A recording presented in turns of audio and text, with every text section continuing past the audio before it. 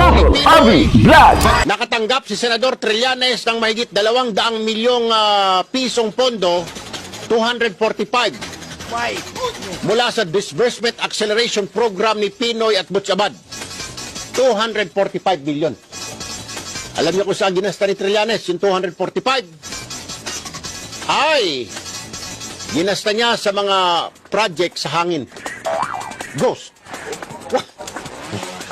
Wala kang pinatunguhan yung 245. Ang tanong ng Presidential Anti-Corruption Commission, saan mo raw ginasta ito, Senador Trillanes? Pakipaliwanag. Yung sinasabi mo na ilan sa mga ito ay para sa pailaw, hindi po makita hanggang sa mga oras na ito ng mga auditors ng Commission on Audit.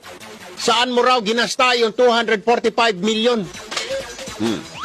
Yan ang sinasabing gaba sa inyo, karma. Salita kayo ng salita, turo kayo ng turo, turo kayo ng turo, ganito, ganon, ha?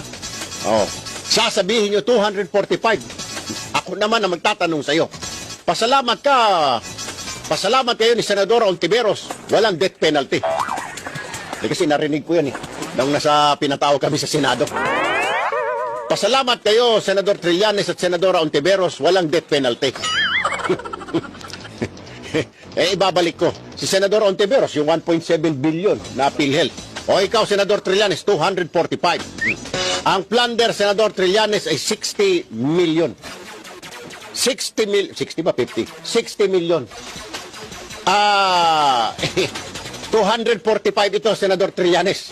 Madami-dami itong plunder na ito. Ay, hindi makita ng Hindi po makita ng Presidential Anti-Corruption Commission. Yun ang sinasabi po mamaya. Kakausapin ho natin si Commissioner Belhica ng PACC. Hindi po yan gawa-gawa namin. Yan po yung report ni Commissioner Belhica ng Presidential Anti-Corruption Commission. Na sa kanilang pagsasaliksik, si Senador Trillanes ay tumanggap ng 245 million pesos na pondo galing sa Disbursement Acceleration Program ng panahon ni Pinoy. Pero itong 245, hindi makita at hindi malaman kung saan ginasta. Dahil yung sinasabi niya mga pailaw, wala naman daw ilaw pa hanggang ngayon. Wala pa yung mga poste ng ilaw. Sige nga, sir. Tira kayo ng tira, imbestiga kayo ng imbestiga. Magaling kayo mag-imbestiga sa Senado. Kayo ni Senador Ontiveros. Kayo sagutin nyo. Ako ngayon ang sagutin nyo.